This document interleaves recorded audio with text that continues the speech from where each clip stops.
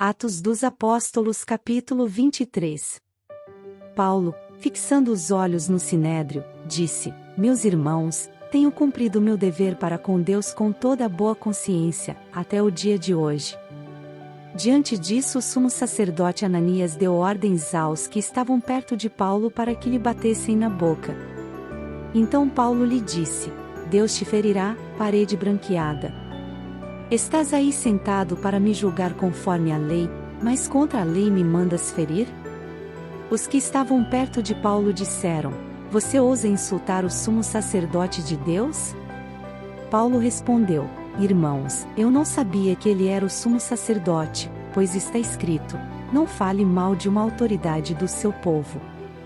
Então Paulo, sabendo que alguns deles eram saduceus e os outros fariseus, bradou no Sinédrio: Irmãos, sou fariseu, filho de fariseu.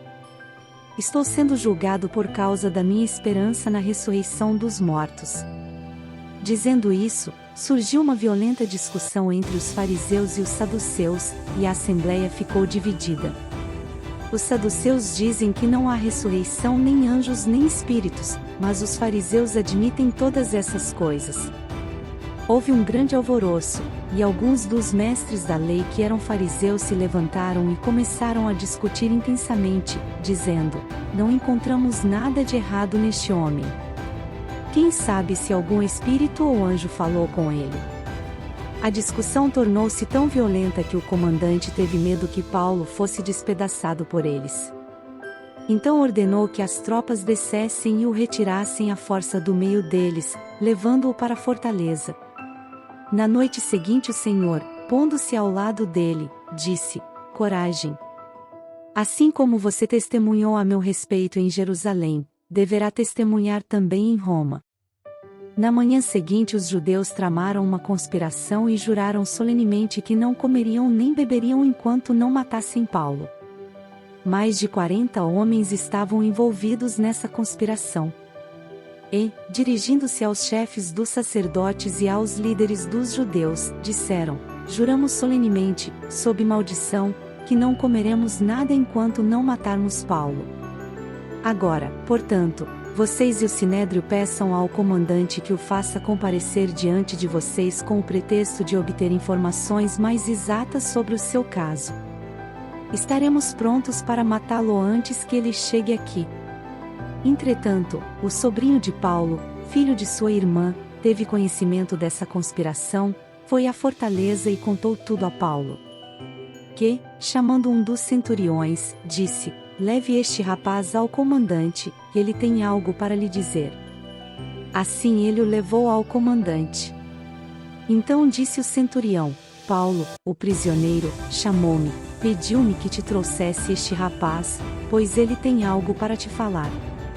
O comandante tomou o rapaz pela mão, levou-o à parte e perguntou: Que você tem para me dizer?